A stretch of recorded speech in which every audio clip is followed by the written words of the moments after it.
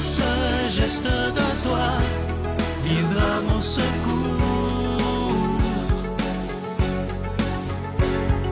Viens semer dans mon âme le grain de l'amour.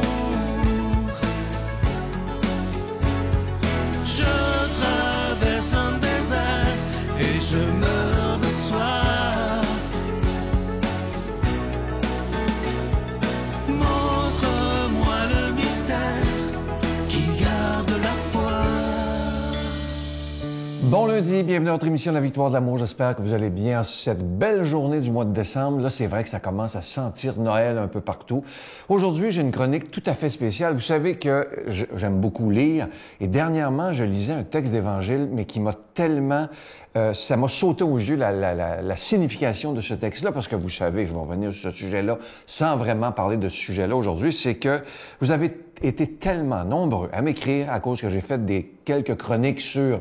Je vous avais dit, vous vous souvenez que pour moi, l'enfer était vide, parce que je crois en ce Dieu qui est amour et que nous sommes tous ses enfants.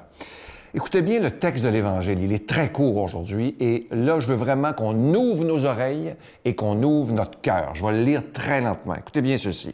Séparez le bon grain de l'ivraie.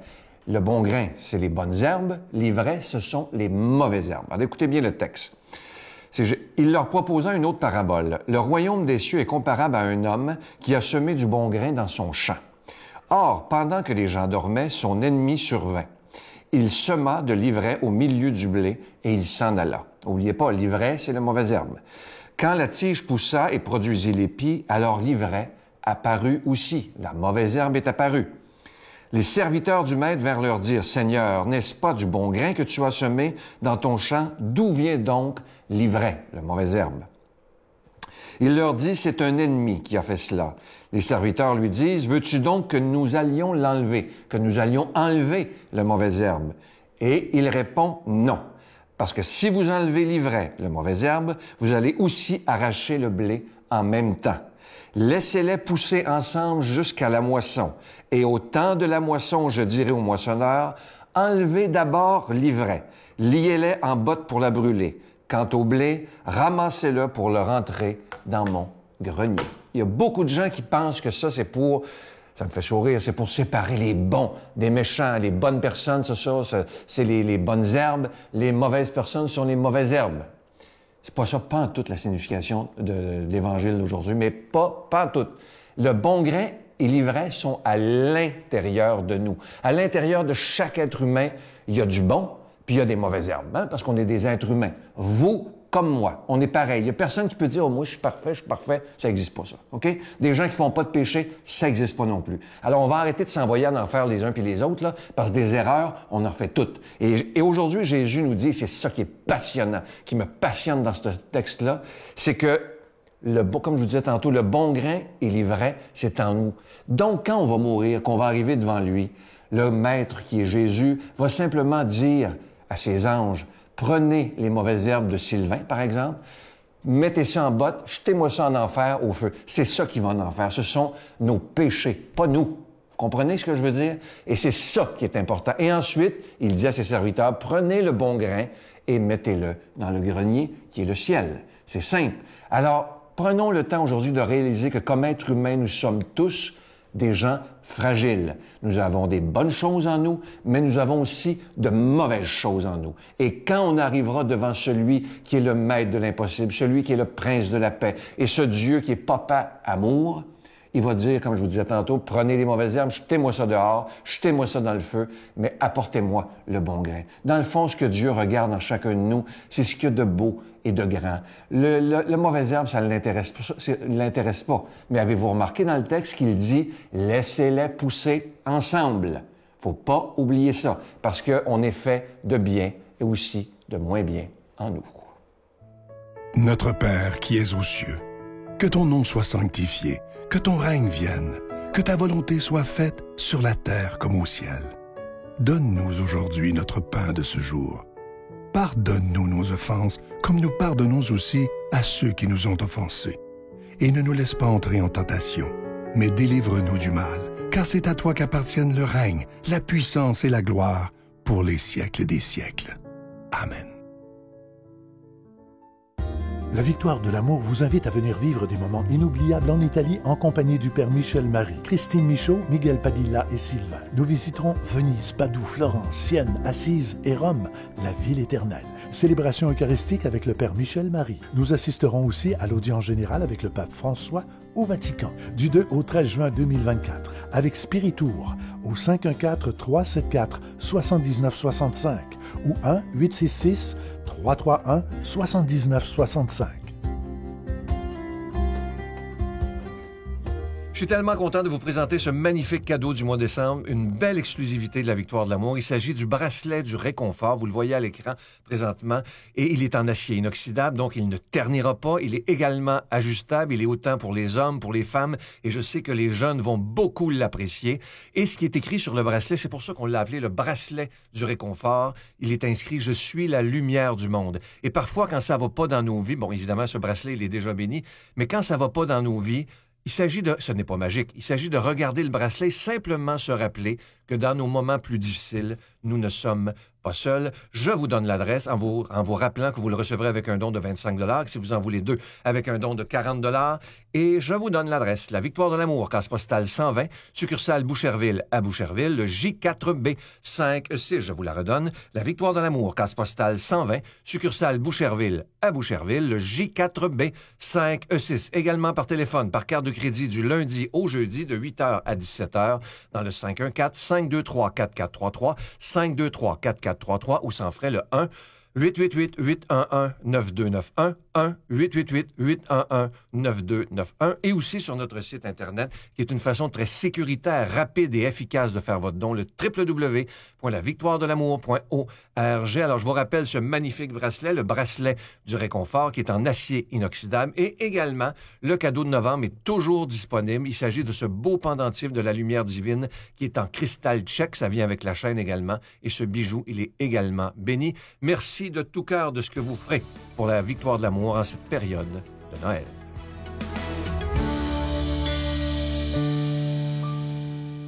Mon Dieu, donnez-moi la sérénité d'accepter les choses que je ne peux changer, le courage de changer les choses que je peux et la sagesse d'en connaître la différence. Amen. Aujourd'hui, la parole de Dieu est proclamée par notre ami Luc Faneuf.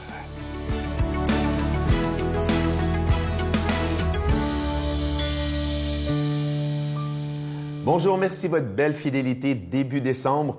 Déjà, le compte à rebours. Le compte à rebours, oui, pour la fête des cadeaux, déjà les parties de Noël et tout le reste, mais surtout le compte à rebours pour la contemplation d'un des plus beaux mystères du christianisme. Donc, aujourd'hui, l'Évangile va nous faire prendre conscience du fait que Jésus est le sauveur non seulement des Juifs, mais de l'humanité entière. Donc, demandons à l'Esprit Saint d'ouvrir nos intelligences et nos cœurs afin de recevoir cette parole de Dieu qui fait vivre. Jésus était entré à Capharnaüm. Un centurion de l'armée romaine vint à lui et le supplia. « Seigneur, mon serviteur est au lit, chez moi, paralysé, et il souffre terriblement. » Jésus lui dit, « Je vais aller le guérir. » Le centurion reprit, « Seigneur, je ne suis pas digne que tu entres sous mon toit. Mais dis seulement une parole, et mon serviteur sera guéri. Ainsi, moi qui suis soumis à une autorité, j'ai des soldats sous mes ordres, je dis à l'un « va », et il va, et à un autre « viens », et il vient, et à mon esclave « fais ceci », et il le fait. À ces mots, Jésus fut dans l'admiration, et dit à ceux qui le suivaient « Amen, je vous le déclare, chez personne en Israël, je n'ai trouvé une telle foi. Aussi, je vous le dis, beaucoup viendront de l'Orient et de l'Occident et prendront place avec Abraham, Isaac et Jacob au festin du royaume des cieux. » Acclamons cette parole de Dieu. Louange à toi, Seigneur Jésus. Oui, comme dit Saint Jean, le salut vient des Juifs, Jean 4, mais le salut était destiné à tous et à toutes, à l'humanité entière. Permettez-moi, avant de commenter le texte, de dire quelques mots sur le temps de l'Avent. J'ai envie de vous poser la question, comment va votre Avant? Vous savez, ce temps de préparation avant Noël qui nous est donné par l'Église. Vous savez, il y a deux façons de se préparer à Noël. Deux façons importantes. La façon extérieure, préparer les cadeaux, les festivités, se mettre à la cuisine, tout ça est bien, très bien. On a besoin de convivialité. Mais il y a la façon intérieure aussi. Donner plus de temps à la contemplation de l'essentiel, la contemplation du mystère. Vous savez, le mystère, c'est souvent mal compris comme concept. On pense qu'un mystère, c'est quelque chose qu'on ne peut pas comprendre, qui est incompréhensible. Non, non, non, un mystère, c'est une beauté dont on n'a jamais fini de faire le tour. En ce sens, ce qu'on va fêter dans 21 jours, le réveillon le 24, c'est un mystère. La beauté d'un Dieu qui se fait homme et voilà le mystère que ça cache. Autrement dit, tout l'amour qui est derrière cette incarnation, toute l'intention et un paquet d'autres choses que je n'ai pas le temps de commenter ici. Donc, je vous invite aujourd'hui, comme vous le faites, mais dans les prochaines semaines, dans la cohue, un moyen à se dire, là, j'essaie de prendre 5 minutes, 10 minutes, 15 minutes par jour, puis voilà, je relis le texte de l'Évangile, puis je repense à ce mystère de Dieu qui se fait homme. Le centurion, maintenant. Bien, on a souvent l'impression, comme je l'ai dit d'entrée de jeu, que Jésus n'est venu que pour les Juifs. D'ailleurs, lui-même, quelques-unes de ses paroles dans son ministère public donnaient cette impression. Mais on sait que Jésus a débordé largement le cadre de la Judée. Il allait aussi en territoire dit païen, n'est-ce pas? Y compris la Samarie. Donc, on a ici une Palestine, Israël, qui est occupée par les Romains. Et c'est intéressant que ce Romain-là, qui était à Capharnaüm, qui était la base, à partir de laquelle Jésus partait un peu partout en Galilée et tout le reste, parce que c'était là que Pierre avait sa belle-mère et sa femme qui habitaient là. Pierre qui avait quitté Bethsaïda puis qui habitait à Capharnaüm. Donc, il y a un Romain qui aimait beaucoup les Juifs, parce que c'est pas tous les Romains qu'on doit mettre dans le même panier, n'est-ce pas? Tous les Romains qui détestaient les Juifs. Et ce Romain-là, en particulier, mais il y en a d'autres dans l'histoire de Jésus, a eu la chance d'entendre parler Jésus. Ce Romain a eu la chance de voir Jésus faire des miracles. Ce Romain a eu la chance d'entendre parler de guérison à distance. Jésus qui va guérir, n'est-ce pas, quelqu'un de la cour d'Hérode, mais à distance. Et ce Romain, donc, est touché. Le texte nous dit qu'il aimait déjà les Juifs. Il avait fait construire la synagogue. Puis ce qui est très beau, c'est que dans l'acte de foi du Romain qui se tourne vers Jésus et qui reconnaît en Jésus une présence de Dieu, peut-être, la divinité, mais assurément une très forte présence de Dieu. Il y a quoi? Il y a le refus de la religion romaine. Les Romains avaient une religion qui était polythéiste. Et il y a donc là un signe, en quelque sorte, que déjà de son vivant, parce qu'on pense souvent que l'Église a gagné le monde entier après la mort de Jésus. Non, non, déjà de son vivant, comme Jésus va l'annoncer, des gens de l'Orient, de l'Occident, des gens de tous les empires vont venir à Jésus. Et ça, ce message d'universalisme, il vaut encore pour aujourd'hui.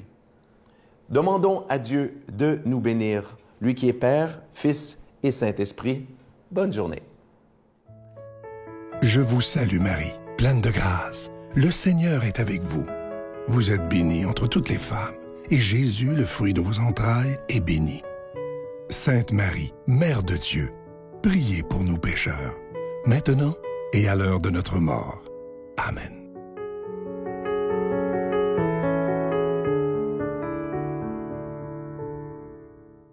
Alors évidemment, je vous rappelle ce magnifique cadeau du mois de décembre. Je le porte à mon bras présentement. Il s'agit de ce magnifique bracelet du réconfort. Vous savez que, comme je vous disais il y a quelques jours, ce n'est pas magique, mais quand on vit des moments difficiles, on n'a qu'à regarder ce beau bracelet où il est inscrit « Je suis la lumière du monde ». Et ça nous rappelle que dans l'épreuve, nous ne sommes pas seuls. Je vous souhaite une belle journée et je vous dis à très bientôt. Bye! Moi, j'ai compris à travers la foi qu'on n'est jamais autant nous-mêmes que lorsqu'on est avec Dieu. Il a neigé sur nos cœurs, il y a si longtemps. Depuis tout a changé, mais rien n'est différent. Je ne demande rien pour Noël, depuis si longtemps. Ton amour sera toujours